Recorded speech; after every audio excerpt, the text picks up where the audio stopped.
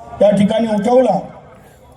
संपूर्ण देशामध्ये आज पाहतोय ज्यांचं नाव त्या ठिकाणी सातत्याने घेतलं जातं, आपल्या सर्वांचे लाडके खासदार नरेशजी म्हस्के साहेब आपलं मनोगत त्या ठिकाणी व्यक्त केलं।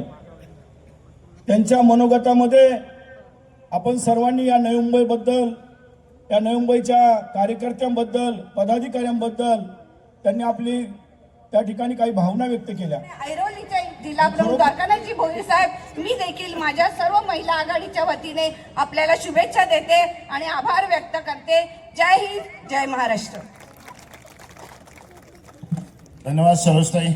खासदार आदरणीय चौगुले साहेबांना पुष्पगुच्छ देऊन त्यांचं या ठिकाणी स्वागत करतायत आणि रामाची प्रतिमा, धनुष्यबाण हाती घेतलेली रामाची प्रतिमा, त्या दोन आपल्या मार्गदर्शक आदरणीय विजयजी चौगुले साहेब आणि द्वारकानाथ भोईर साहेब, आकाशजी मडवी यांच्या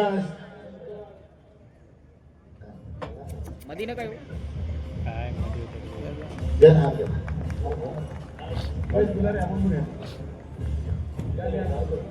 ऐरोली मतदारसंघाच्या जगदीश गवते साहेब, सर्व ऐरोलीचे सर्व संयुक्त असा आदरणीय उपनेते विजय चौगुले साहेब आणि द्वारकानाथजी भोईर साहेब यांचा या ठिकाणी